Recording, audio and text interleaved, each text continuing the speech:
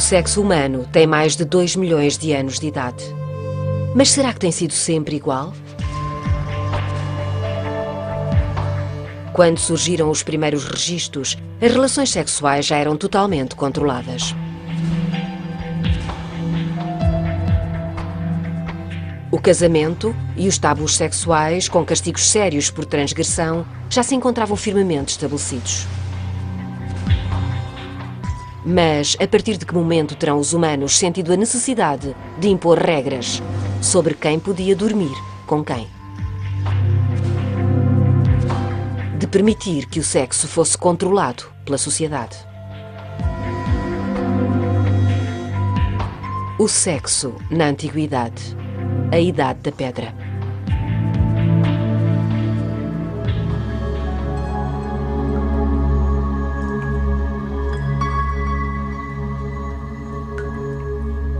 Este programa irá seguir a história do Homo sapiens, desde o início da sua caminhada até à época dos primeiros povoados, para tentar descobrir de que forma a celebração e o controle da sexualidade humana se desenvolveram.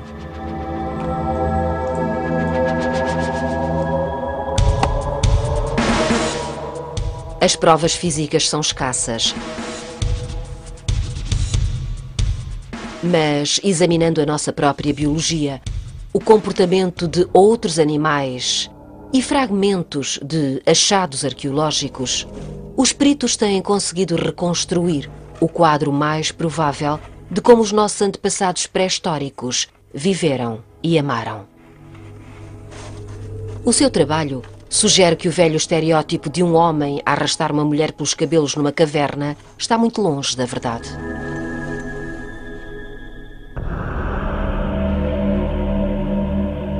Há 26 mil anos, 10 mil anos depois da morte do último Neandertal, um pequeno grupo de humanos primitivos cumpria um estranho ritual. Nas profundezas da Europa da Idade do Gelo, na região da atual República Checa, 3 jovens estavam prestes a ser sepultados numa campa. Este enterro triplo é misterioso, mas também crucial para compreendermos a emergência da sexualidade humana.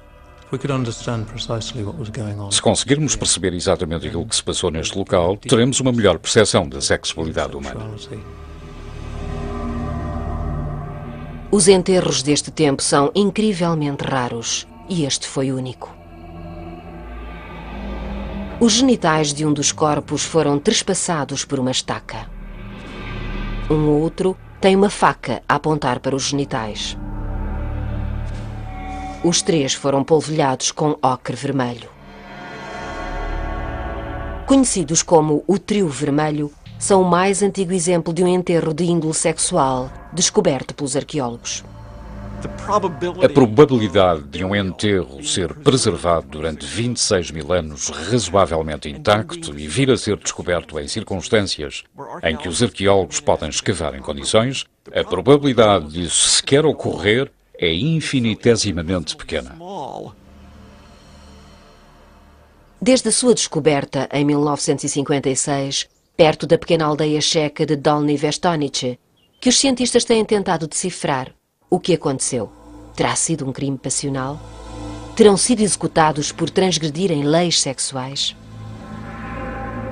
O que se sabe é que os povos paleolíticos ou da Idade da Pedra, que enterravam os seus mortos em Dolní Věstonice, viviam em grupos pequenos e estáveis que rondavam os 30 elementos.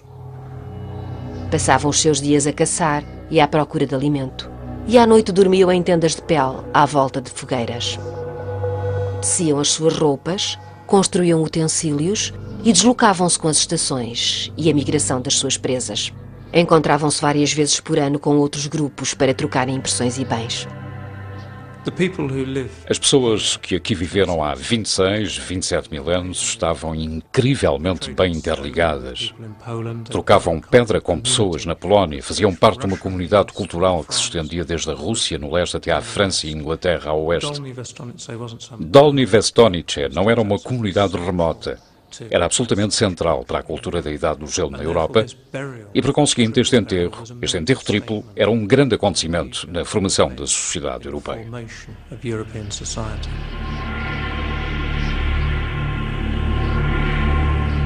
Foi somente em 1996 que o professor Eric Drinkhouse conseguiu efetuar uma bateria exaustiva de testes anatómicos e forenses aos esqueletos.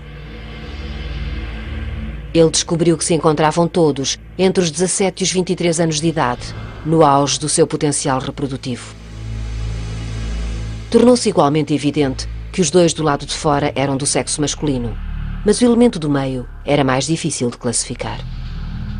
Se olharmos para o rosto, este parece ligeiramente robusto e feminino, e o tamanho e solidez da bacia sugerem tratar-se de uma mulher. Se olharmos apenas para a bacia deste indivíduo, a sua forma e pormenores apontam para um homem. No entanto, parece bastante provável que este indivíduo seja uma mulher, mas se for esse o caso, nunca chegou a ter filhos.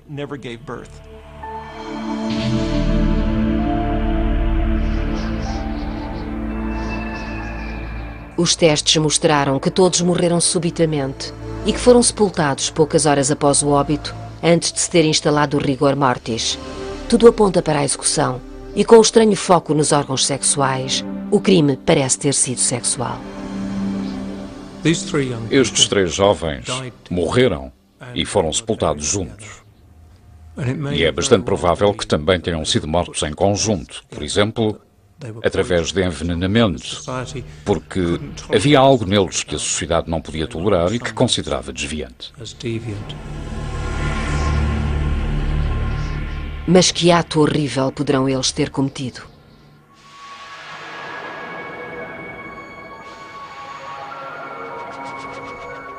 Recuando ainda mais no tempo, quão diferente seria o sexo? Será que houve algum ponto no tempo em que não existiam quaisquer regras sexuais, uma altura idílica em que a copulação era feita sem restrições? As evidências científicas sugerem que não. As provas mais antigas e mais bem preservadas de sexo pré-histórico são os nossos próprios corpos. Há 5 milhões de anos, os humanos começaram a divergir dos nossos parentes primatas mais próximos. Há cerca de 3 milhões de anos, começámos a caminhar eretos. 100 mil anos atrás, os homens e as mulheres começaram a parecer-se connosco. Há 26 mil anos, à altura do enterro triplo, os nossos cérebros tinham exatamente o mesmo tamanho que têm hoje. Penso ser muito importante não considerarmos estas pessoas do passado como os Flintstones. Se eles tivessem sido estúpidos, nós não estaríamos aqui. Por isso, se alguém pensa que eles andavam aos repelões pela paisagem na esperança de encontrarem alguma coisa para o jantar, nunca teríamos tido sucesso a nível evolucionário, se tivesse sido esse o caso. O facto de as pessoas deste período se parecerem connosco é a primeira pista biológica para a forma como faziam amor. A forma como os nossos antepassados terão feito sexo há 100 mil anos terá sido provavelmente muito semelhante. Quando dizemos que eles eram anatomicamente modernos, isso significa que toda a disposição da sua morfologia sexual, o seu pênis, a sua vagina e por aí fora, era provavelmente muito semelhante à dos humanos modernos. E sabemos que mesmo uma outra espécie de chimpanzé, o bonobo, faz sexo cara a cara. Por isso, é provável que os nossos antepassados de há 100 mil anos atrás fizessem amor da mesma forma que nós fazemos hoje, e não como a maior parte dos mamíferos fazem. Contudo, é no interior dos nossos corpos que os cientistas descobriram o maior ponto em comum. Tal como noutros mamíferos, os humanos produzem uma hormona especial durante a atividade sexual, chamada oxitocina. Induz sentimentos de ligação romântica, fortalecendo os laços entre os casais, e tem vindo a afetar a forma como nos sentimos uns com os outros ao longo de centenas de milhares de anos. É claro que possuímos certas adaptações para a união entre sexos, com o objetivo de formar relações sexuais duradouras. Temos hormonas como a oxitocina, que inundam o nosso sistema quando fazemos amor e nos deitamos nos braços um do outro depois do ato, e que nos ajudam a sentir seguros e aconchegados, e a desenvolver esta capacidade para o compromisso romântico e a união romântica com outra pessoa. Os homens e as mulheres pré-históricos ter-se-ão apaixonado e formado casais. Mas será que eram fiéis? Os cientistas acreditam que não, e a prova está nos testículos. Os testículos humanos são bastante grandes no que aos primatas diz respeito, e são grandes para produzirem uma grande quantidade de esperma. São como são para fomentar a competição entre espermatozoides.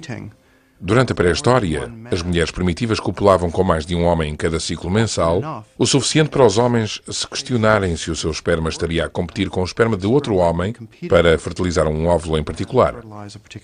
Só assim existe competição entre espermatozoides. Esta só se verifica se as fêmeas forem, de certa forma, infiéis. As hormonas geradoras de afeto e infidelidade levam-nos a copular e, por conseguinte, a garantir a sobrevivência da espécie. Mas também poderão gerar conflito. Os ciúmes e a rivalidade existem em muitas populações animais, não só entre humanos. Desde os primórdios dos tempos que os humanos terão percebido que, embora a criação de casais devesse ser encorajada, o mesmo não acontecia em relação à infidelidade.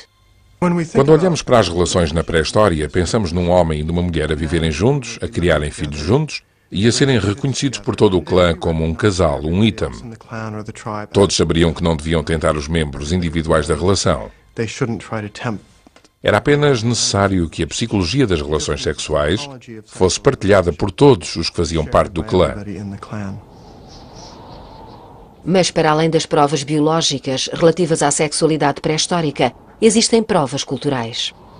Curiosamente, estas começam a surgir exatamente no mesmo período do enterro triplo.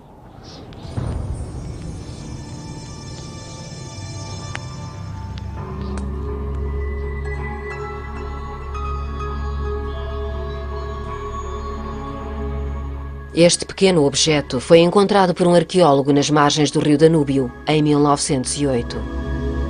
Com mais ou menos o tamanho da sua mão, assemelhava-se a uma mulher com cabelo curto, seios pendulares e umas ancas e coxas invulgarmente pesadas. Desde então, surgiram muitas outras figuras semelhantes, conhecidas pelos arqueólogos como Vênus paleolíticas. Esta estátua de barro provém do sítio do enterro triplo. Também ela enfatiza os seios, as ancas e as coxas. Mas o que são estas estranhas figuras? Deusas da Idade do Gelo? Modelos pré-históricos? Ou serão arte? Um dos aspectos mais impressionantes acerca destas estatuetas é o facto de as pessoas terem tido tempo para as fazer. Na Idade do Gelo, a vida era uma constante luta para sobreviver às condições extremas. Os especialistas acreditam que as mulheres terão feito parte do esforço para encontrar alimento, tal como os homens, e que a noção do homem, o caçador corajoso que sustentava as suas mulheres indefesas, tem poucas ou nenhumas provas que a sustentem. O estereótipo não faz sentido. Eles sobreviviam através da caça e da pesca e recolhendo ocasionalmente bagas e nozes. Ficaria alguém a guardar o acampamento e a tomar conta das crianças, ou de alguém ferido ou doente. Mas quando havia animais de caça por perto, todos iam atrás deles. Na pré-história parece ter havido muito mais igualdade sexual do que julgamos. Não nos podemos esquecer que as mulheres eram basicamente capazes de se alimentarem e protegerem a si próprias e aos seus filhos, vivendo em grupos femininos coesos e dando-se bastante bem sem os homens. Elas não precisavam deles como pensamos e isso dava-lhes imenso poder.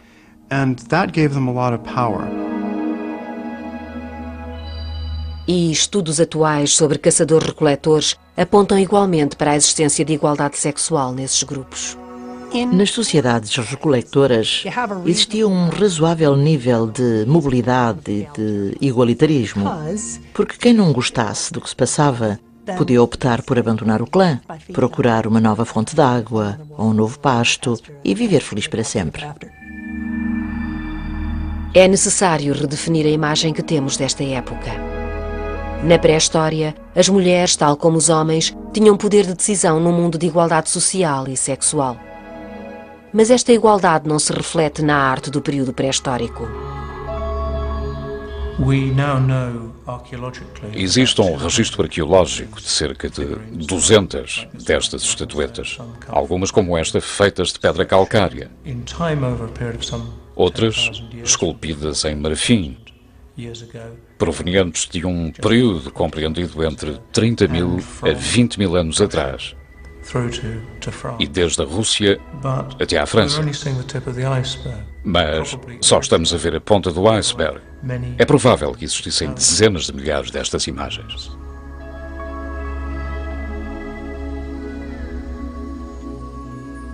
Já em relação às imagens masculinas, descobriram-se muito poucas. Uma das primeiras que claramente representa um homem, e sabemos-lo porque tem um pênis, tem no tronco um buraco que vai até ao local onde deveria estar a coluna, e tem outro na cabeça. São os restos de um fantoche. Uma das primeiras representações masculinas, e é um fantoche. Adoro. É simplesmente adorável.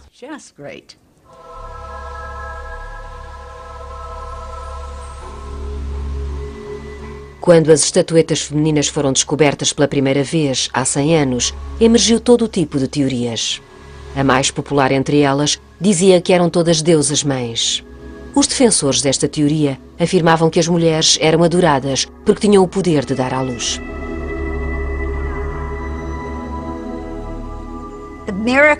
O milagre no corpo da mulher era óbvio. Já o mesmo não acontecia com o corpo masculino. Viam os genitais salientes, mas não existia uma ligação direta entre isso e todo o processo a que me refiro. O nascimento, a morte e o renascimento. E porque precisavam de ter um símbolo, pudessem segurar nas mãos, pudessem adorar, imaginaram-no na forma do corpo de uma mulher. Esta teoria tem alguma credibilidade. Os peitos exagerados, o estômago e a genitália pormenorizada apontam certamente para uma associação ao sexo ou à fertilidade. Mas a teoria da deusa-mãe não é de todo consensual. Se estas imagens serviam para ser adoradas, isso teria de ser feito de forma diferente. Não as encontramos em altares nem em locais que consideramos serem templos. Muitas delas estão danificadas, muitas são encontradas em depósitos de lixo e, como tal, é um mito muito difícil de sustentar.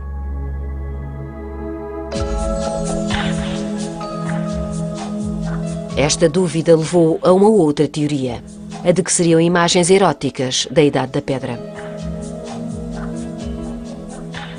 Grande parte dos especialistas têm sido homens, que na maior parte das vezes têm interpretado as estatuetas do ponto de vista masculino.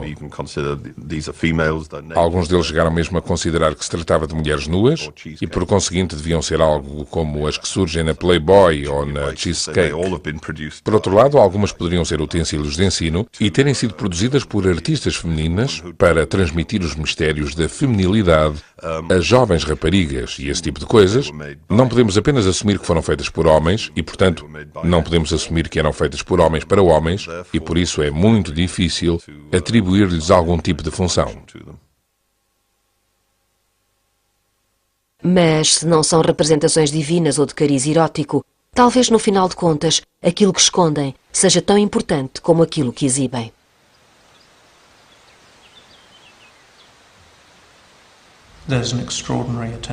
Existe uma atenção extraordinária ao detalhe das características sexuais. A vulva, os seios, vêem-se os lábios e até mesmo uma protuberância no local do clítoris. E, porém, não há um rosto, nada. Então, talvez, pela primeira vez na história humana, possamos recuar 25 mil anos e ver a criação de uma categoria sexual. De ver as mulheres como uma categoria sexual, não uma pessoa individual que por acaso é sexual. Não um retrato de um indivíduo particular que foi amado por aquilo que era, mas algo que era desejado, objetificado, que podia pertencer a alguém e ser passado de mão em mão. E não tinha rosto. Se Taylor estiver correto, aquilo que as Vênus paleolíticas nos dizem é que pela primeira vez a função sexual das mulheres tinha um maior relevo do que a sua função enquanto indivíduos. É uma ideia-chave que tem eco nas gravuras das paredes das cavernas do mesmo período. Quando os arqueólogos no início do século XX se depararam com estas formas, não hesitaram em declarar que se tratavam de vulvas de mulheres. Atribuíram-lhes os nomes mais estranhos. Existem vulvas estilizadas, vulvas esquemáticas, vulvas inacabadas, vulvas incompletas. Todo o tipo de diferentes formas. Chegou mesmo ao ponto em que uma simples linha gravada num bloco foi interpretada como uma fenda vulvar isolada. E isto revela-nos mais sobre os intérpretes do que propriamente acerca das pessoas que as fizeram.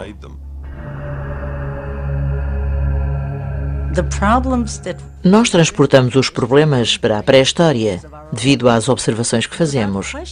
E se não questionarmos essas suposições, limitamos-nos a projetar o presente para o passado continuamente. No entanto, e apesar das dificuldades em interpretar artefactos antigos, alguns especialistas acreditam que há cerca de 25 mil anos ocorreu uma alteração na história humana que fez com que as mulheres passassem a ser vistas não tanto como socialmente iguais, mas como objetos sexuais. Mas o que terá levado a esta mudança? A pista mais eloquente poderá estar em Dolní Věstonice, onde o trio vermelho foi enterrado.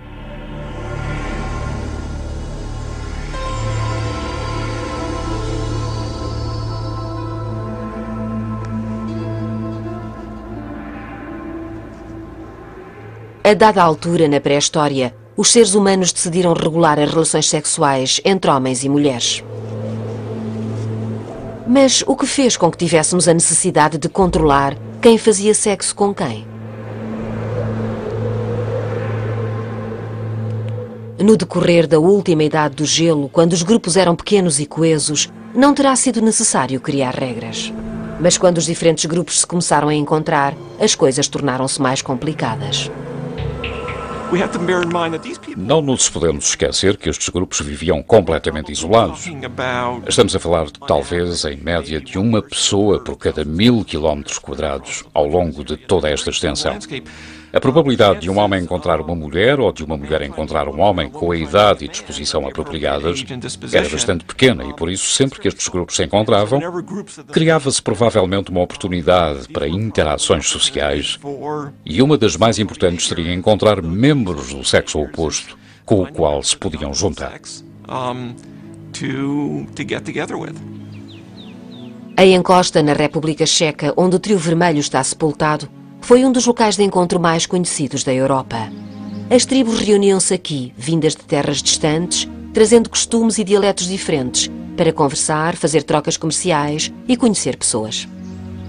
Dolní Věstonice é basicamente uma encosta com vista para um vale amplo e estas pessoas viam-na como um foco, um local onde regressavam todos os anos durante séculos e era provavelmente uma paisagem geral bastante inóspita, uma região luxuriante onde as pessoas se podiam encontrar.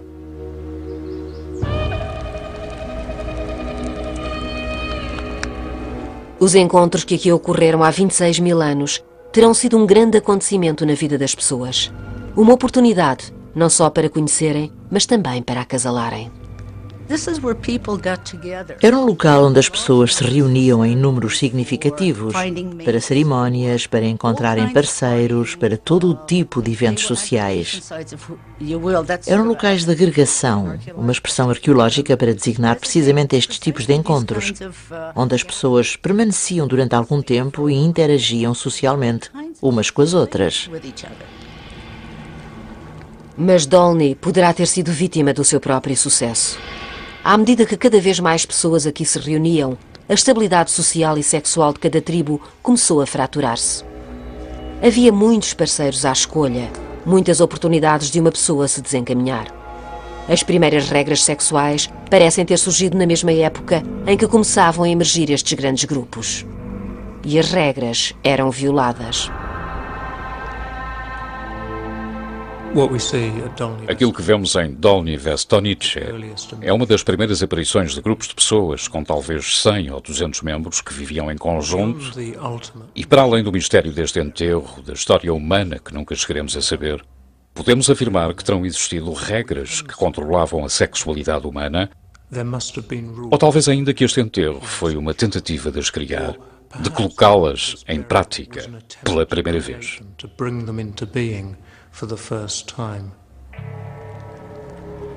Mas poderá o enterro indicar-nos algo de específico acerca destas regras? O melhor indício poderá estar na forma ritualizada como estes corpos foram dispostos após a sua morte. Nenhum outro enterro do mesmo período é tão elaborado e preciso como este. A mão do homem da esquerda foi colocada sobre a vagina da mulher que se encontra no meio. O seu corpo foi virado para ela.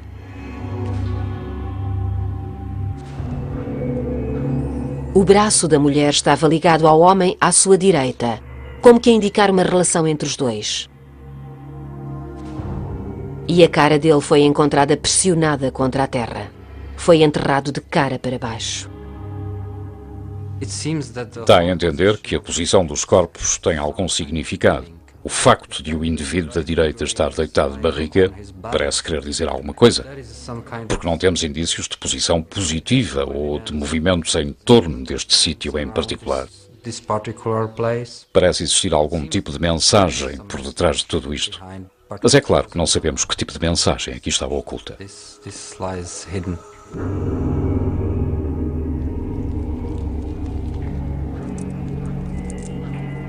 A parte lateral do corpo da esquerda estava decorada com conchas que não se encontravam em mais lado nenhum, e os seus genitais foram trespassados por uma estaca de madeira.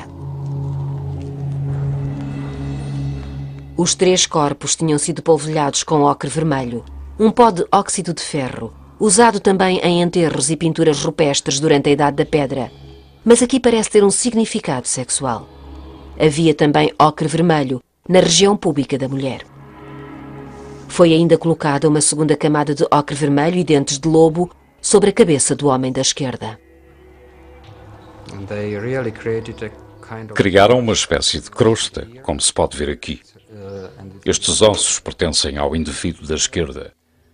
É uma grande quantidade de pó vermelho com dentes de animais embutidos. Trata-se, obviamente, de algo intencional.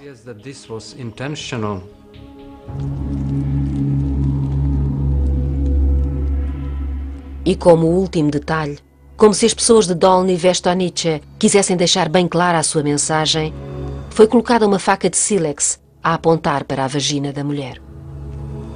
Qualquer um destes elementos poderia ter acontecido por mero acaso, mas em conjunto cria uma imagem convincente, deliberada.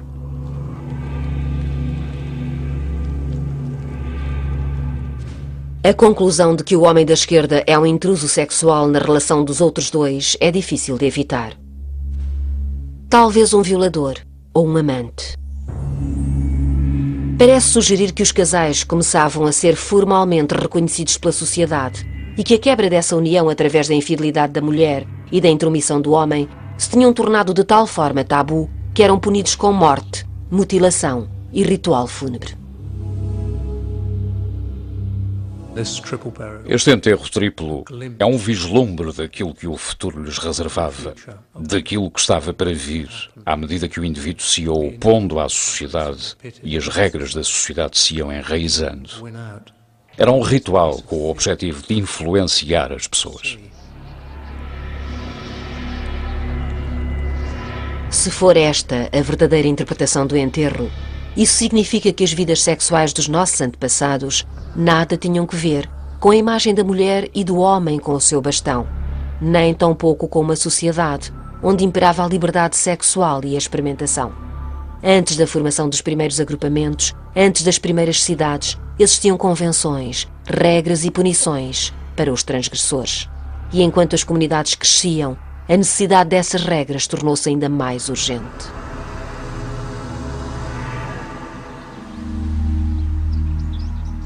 Cerca de 8.000 anos antes de Cristo, o gelo que cobria vastas áreas do globo começou a recuar. À medida que as temperaturas subiam, os nossos antepassados nómadas começaram a estabelecer-se nas planícies. Em vez de recolherem frutos silvestres, bagas e sementes, começaram a domesticar animais e plantas.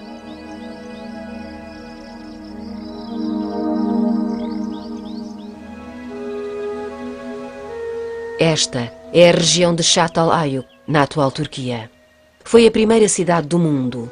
E o efeito que este local teve sobre as nossas vidas sexuais ainda se repercute nos nossos dias. Viviam aqui 10.000 pessoas, numa cidade construída na bacia de um lago seco, ladeada por 2 rios. Esta pintura do local é provavelmente o primeiro mapa da história. Mostra a cidade de Çatalhöyük à sombra de um vulcão, com as casas juntas umas às outras. Subitamente, toda a gente passou a ter vizinhos. É-nos difícil de imaginar agora, porque estamos todos habituados a viver em cidades e a viver uma vida bastante limitada, mas penso que este foi um dos momentos mais importantes no desenvolvimento humano. Gerações sucessivas construíram as suas casas por cima das fundações das anteriores, deixando para trás camadas de ruínas com 20 metros de profundidade. Estamos a caminhar por cima de casas neolíticas. Exatamente, isto é uma colina, ou oyuk em turco, que representa múltiplas gerações de casas de tijolos de lama e destroços delas e de outras estruturas que se foram acumulando no decorrer de um longo período. Estes primeiros agricultores viveram aqui durante mais de 700 anos. Volvido esse tempo, o local foi abandonado. Acha que existiam regras em relação ao sexo e à reprodução aqui em Çatalhöyük, diferentes daquelas que os caçadores-recoletores tinham?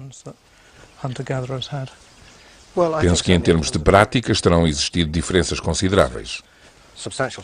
As primeiras escavações tiveram início há 25 anos e ainda continuam por revelar 3/4 do sítio arqueológico. Esta é uma das casas que foram escavadas. É fantástico. É absolutamente extraordinário. Ainda se vê o gesso nas paredes.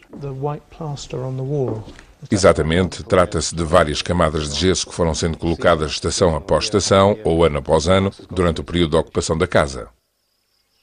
Só agora é que as escavações na Turquia começam a desvendar o enorme impacto da vida sedentária na existência humana. É extraordinário. Penso que as pessoas nunca tinham tido sexo em estruturas permanentes construídas por si. Os caçadores-recoletores viviam em pequenas comunidades com 30 pessoas, em que todos se conheciam. Esta era uma cidade com 3.000 habitantes, talvez 10.000, com estes espaços privados sem janelas, apenas com este pequeno buraco no telhado, em que se descia para um espaço que era simultaneamente privado e não privado. Era encoberto, mas vigiado, porque havia toda uma cidade à volta. As pessoas eram vistas quando entravam e saíam pelo telhado, mas aqui faziam tudo. Cozinhavam as suas refeições, dormiam, faziam sexo e enterravam os seus mortos.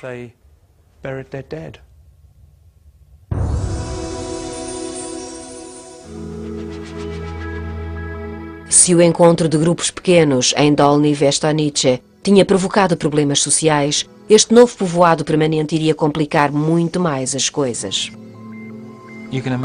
Podemos imaginar todo o tipo de conflitos sociais que terão surgido, já para não falar nas questões do lixo, das excreções e da sujidade que se acumulavam. A pressão social foi-se tornando cada vez mais forte porque as pessoas tinham de se manter nestes agrupamentos para que eles pudessem funcionar a longo prazo. Mas o que terá levado as pessoas a fazê-lo? Em Çatalhöyük, o uso do espaço nas divisões era estritamente regulado. Existiam locais separados e fixos para os vivos, os mortos, os adultos, as crianças e as mulheres e os homens. As divisões internas destas casas eram rigorosamente divididas, o que sugere regras muito complexas. Seriam regras muito rigorosas que existiam ao nível de toda a cidade, regras que definiam aquilo que se podia e não se podia fazer na cidade em geral e regras para aquilo que se podia fazer nos espaços privados. E as mensagens transmitidas pela arte de Çatalhöyük são imponentes. Instaladas nas paredes de gesso, encontravam-se as cabeças de touros e carneiros com os seus chifres iluminados pelas lareiras. Criaturas semelhantes a serpentes, com dentes afiados, contemplavam a partir de cima. Uma gravura mostra uma mulher com as suas pernas abertas, com um pênis a penetrá-la. Existe ainda uma escultura de uma mulher nua sentada entre dois leopardos. Alguns arqueólogos veem-na como um símbolo de fertilidade. Outros veem-na como uma representação do poder da sexualidade feminina.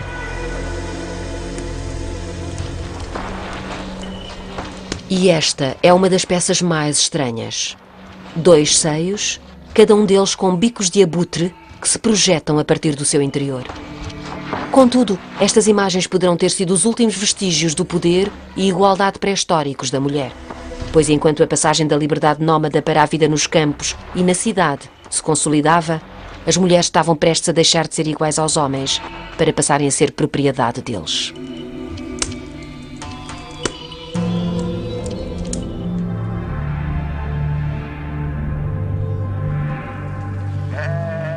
À medida que os nossos antepassados abandonavam a vida de caçadores-recoletores para se tornarem agricultores e habitantes de cidades, tudo, incluindo as nossas vidas sexuais, foi repensado.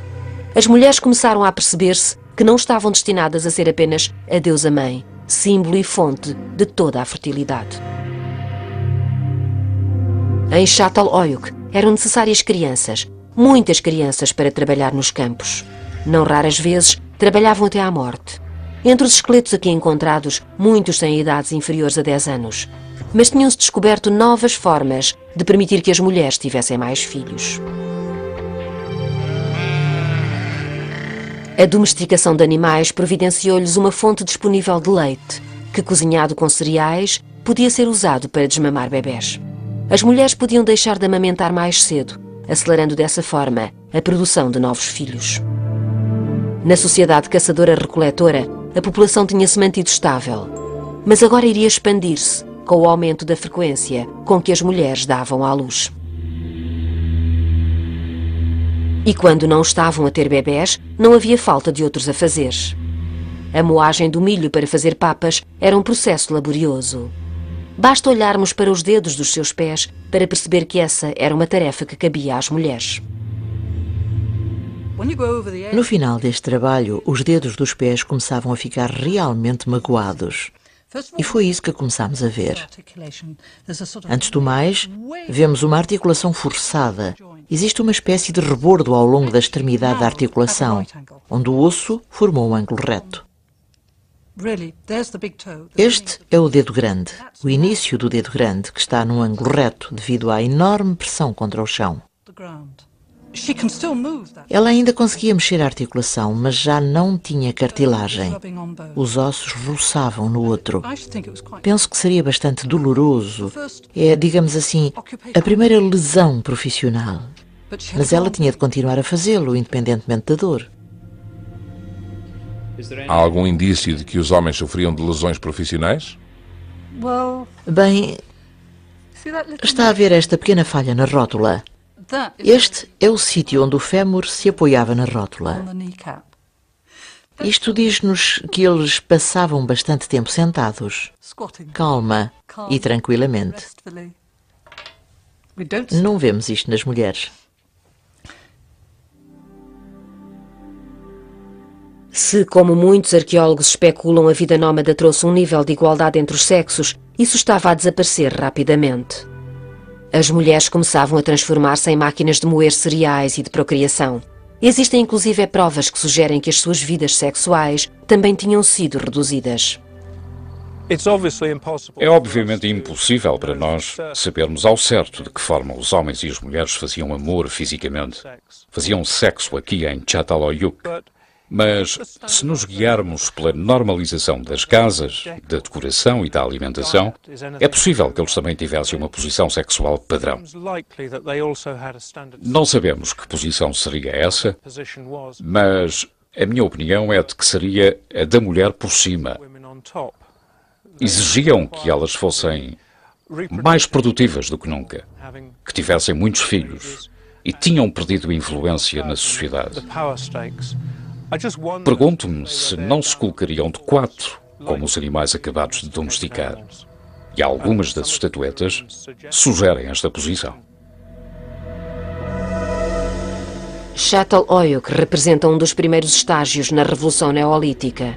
Uma revolução não só no estilo de vida, mas também na forma de pensar.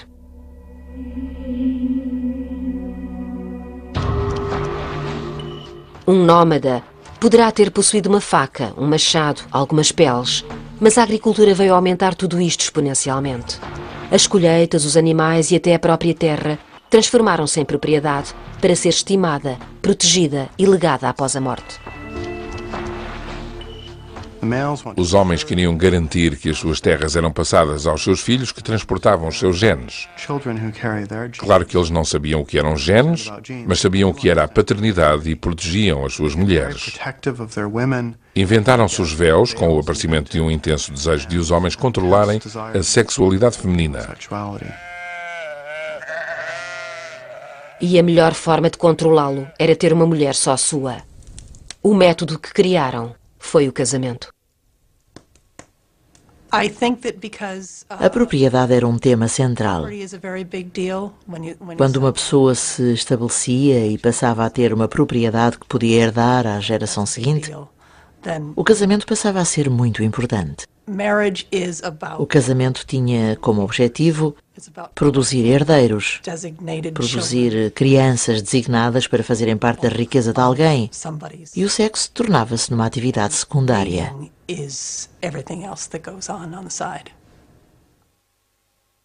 Estavam criadas as condições em Çatalhöyük para a instituição do casamento florescer.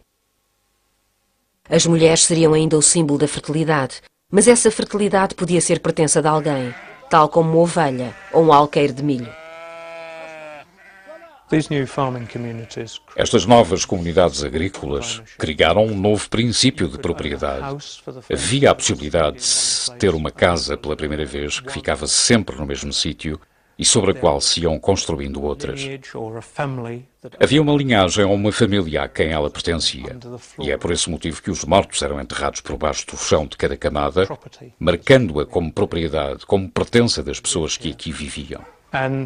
Além disso, creio que temos de considerar o controlo dos seres humanos, o controlo de rebanhos e de pessoas, pois foi a partir daí que se desenvolveu a ideia do casamento, a instituição do casamento.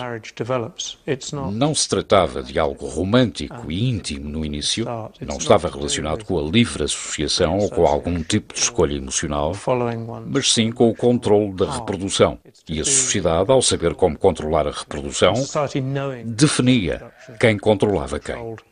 Ultimately, it's about who owns whom.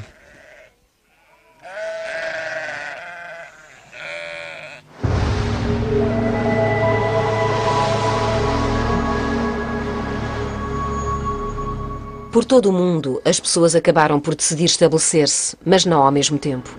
Seriam necessários mais 5.000 anos para o sedentarismo chegar às Ilhas Britânicas, e por essa altura já as ideias de propriedade e casamento estavam firmemente enraizadas. Nas Orkneys, ao largo da costa escocesa, encontra-se uma das mais bem preservadas comunidades neolíticas do mundo, datada do ano 3000 a.C. Porém, comparada com Çatalhöyük, Skara Brae é minúscula, tendo albergado uma população a rondar as 100 pessoas ao longo de um período superior a 600 anos. O local foi descoberto em 1850. Certa noite, uma violenta tempestade levantou uma camada de areia e revelou uma comunidade com 10 casas. Na altura em que as pessoas construíam as suas casas nesta aldeia em Orkney, outros povos, noutras partes do mundo, já viviam em comunidade há cerca de 5.000 anos. E em locais como no Egito e no Próximo Oriente já existiam cidades e a escrita começava a emergir. Mas estas eram mudanças que ainda não tinham chegado a esta região. Os habitantes desta aldeia vieram provavelmente da Escócia. É provável que ainda caçassem e pescassem, mas com as novas técnicas agrícolas cultivavam cevada e trigo e criavam ovelhas e outras cabeças de gado. Abrigados na sua aldeia, coziam pão e faziam cerveja. Tal como em Çatalhöyük, todas as casas eram dispostas de forma idêntica em torno de um núcleo central. Todas elas tinham um enorme armazém de pedra. E de um dos lados da lareira, uma cama dupla, feita de lajes oriundas da própria ilha. Uma cama para marido e esposa, e outra para as crianças. Estão entre as camas mais antigas do mundo. Se pensarmos na forma como estas camas estão sido utilizadas, veremos que as partes laterais servem para delimitar a zona onde colocariam fenos e outros materiais que enchiam o espaço para formar um colchão, que seria mudado de tempos em tempos. Além disso, existiria uma espécie de pilares que suportavam toda a estrutura. Um pouco ao estilo elizabetiano, podia ser envolvida com peles ou tapetes de lã. Depois colocariam cobertores de lã por cima e creio que daria uma cama bem confortável neste clima.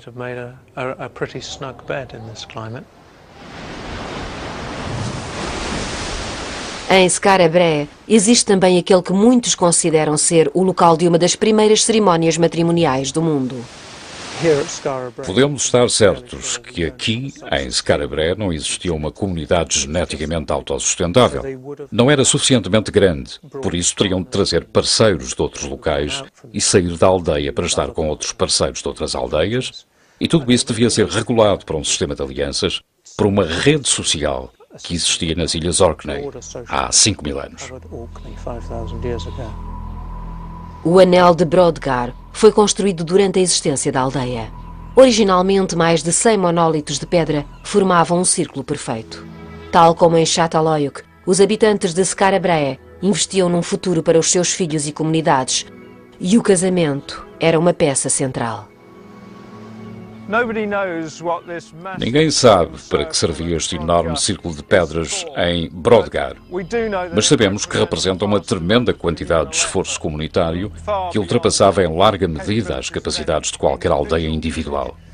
E não é um monumento fúnebre, é claramente um local cerimonial, e se pensarmos em todo o tipo de cerimónias que aqui poderiam ocorrer, o casamento é uma delas, a validação dos laços que uniam a rede de aldeias.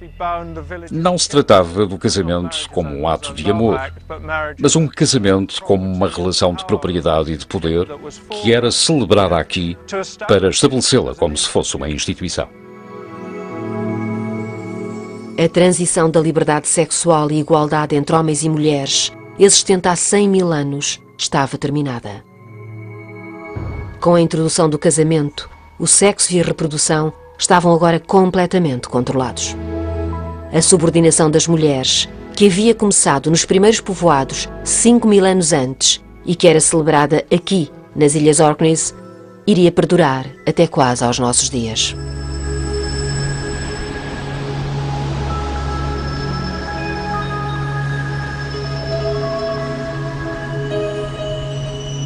Versão portuguesa via satélite.